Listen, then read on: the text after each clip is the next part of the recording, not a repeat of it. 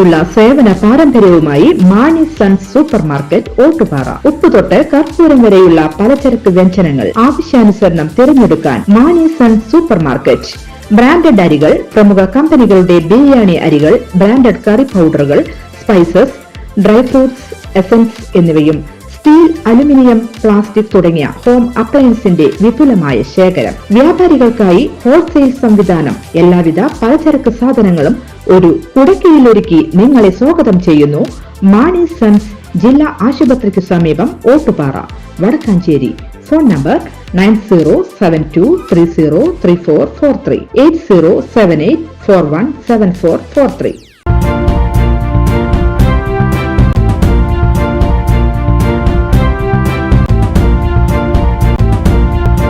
നമസ്കാരം, any time ന്യൂസിലേക്ക് സ്വാഗതം.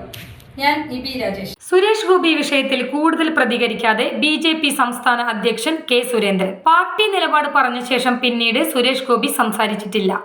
മാധ്യമപ്രവർത്തകരും കുറച്ച് ശ്രദ്ധിക്കണം.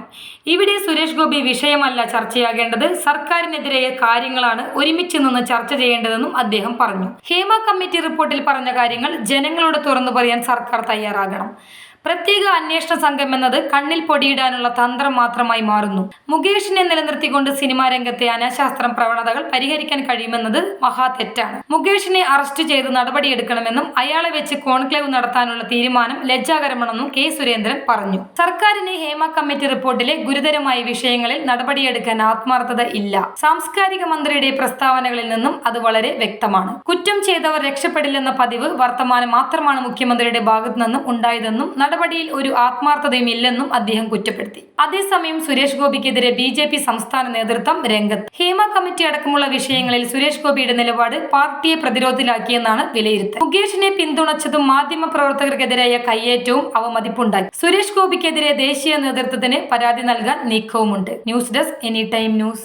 കൂടുതൽ വാർത്തകൾക്ക് ഞങ്ങളുടെ ചാനൽ സബ്സ്ക്രൈബ് ചെയ്യുക, ഫേസ്ബുക്ക് ഫോളോ ചെയ്യുക.